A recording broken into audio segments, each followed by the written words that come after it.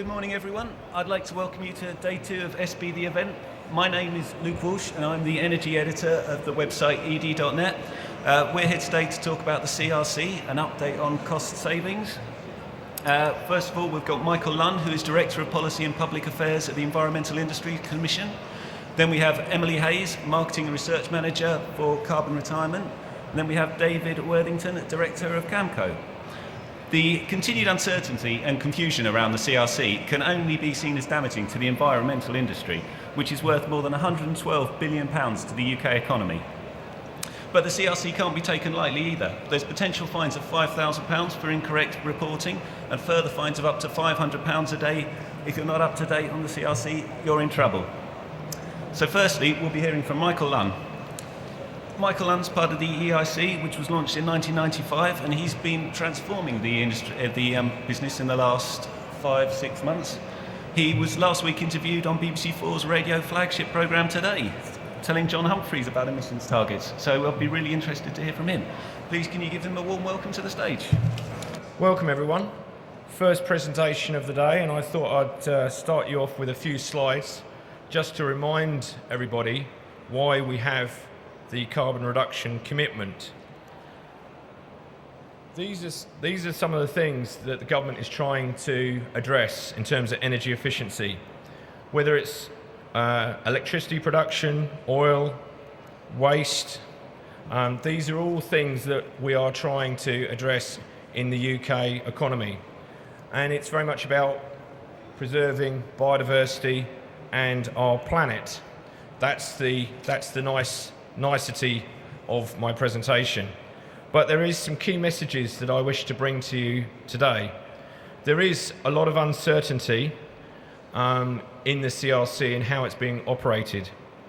And later this year, DEC will be presenting further analysis and results in terms of how CRC will be delivered.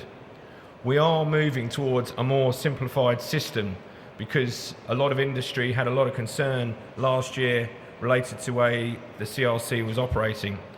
DEC has listened to industry concerns, and EIC has been at the forefront of those discussions. In fact, I've got meetings tomorrow with Treasury in terms of the carbon floor price. But the EA is currently sitting on the fence and is unsure of how it's dealing with things. Sorry, just jumping through that. The CRC is there to fill up a policy gap, and there is some suggestion, some research, that the CRC is actually overlapping with the EU ETS system. There are some 2,800 companies that have registered under the scheme and met the deadline. It is estimated, though, that there are 300 companies that have missed the deadline and could actually now be fined. DEC has suggested that there will be no blanket fines for companies, but there's a degree of uncertainty again on how this will be done, and the EA is possibly going to be making examples of companies who are not complying with the scheme, and the fines could be quite significant. There is a lot of unknowns, though. The unknowns, there is suggestions that 15 to 40% of companies that fall within the scheme have failed to register or submit data. But the problem is no one really knows. It's a case of either incomplete data, or it's a reflection of the complexity of the CRC scheme and not knowing the obligations under the regulations. And it's not surprising, really, because the guidance notes contain over 2,000 pages, so it's quite hard. So the actual registering of the scheme for companies was very much the easy bit. That's the easy part. The real challenge is moving forward with that and actually meeting the obligations. There is a lot of uncertainty, as I suggested. Registering is easy, but maintaining the compliance and the goals is much more difficult. And there is a suggestion that it's not actually driving energy efficiency within companies. KPMG has estimated that many of the audits that have been completed to EA standards so far have a kind of 5% intolerance rate, which is where the EA is actually suggesting there could be levying fines. So companies, there's a lot of uncertainty within the industry about CRC, and there's been even a call for CRC to be scrapped. The worst case scenario is that if companies are failing to meet the CRC, then it could cost companies a significant fine. This could be up to £200,000 for every £1 million spent on energy. If companies ignore compliance, it could be providing very costly for their bottom line. So what needs to be done?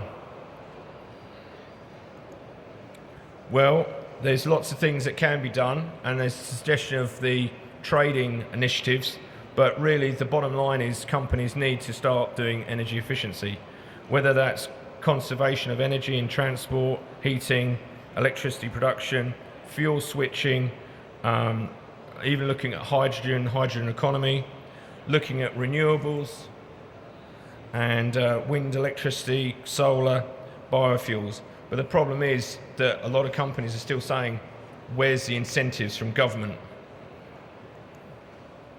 The CRC, in summary, is moving towards a more simplified system, and but there will still be legally binding targets under the Climate Change Act for private and public sector bodies. The carbon price floor will be maintained, but the government is aware that if they push the price too high, that it will have a huge impact on business, particularly at this point. There will be winners and losers, but those that act early will minimise that risk, and the cap and trade scheme with reducing allowances, forcing companies, is not just about trading but also trying to focus on energy efficiency. The problem is how that energy efficiency will be supported by the government.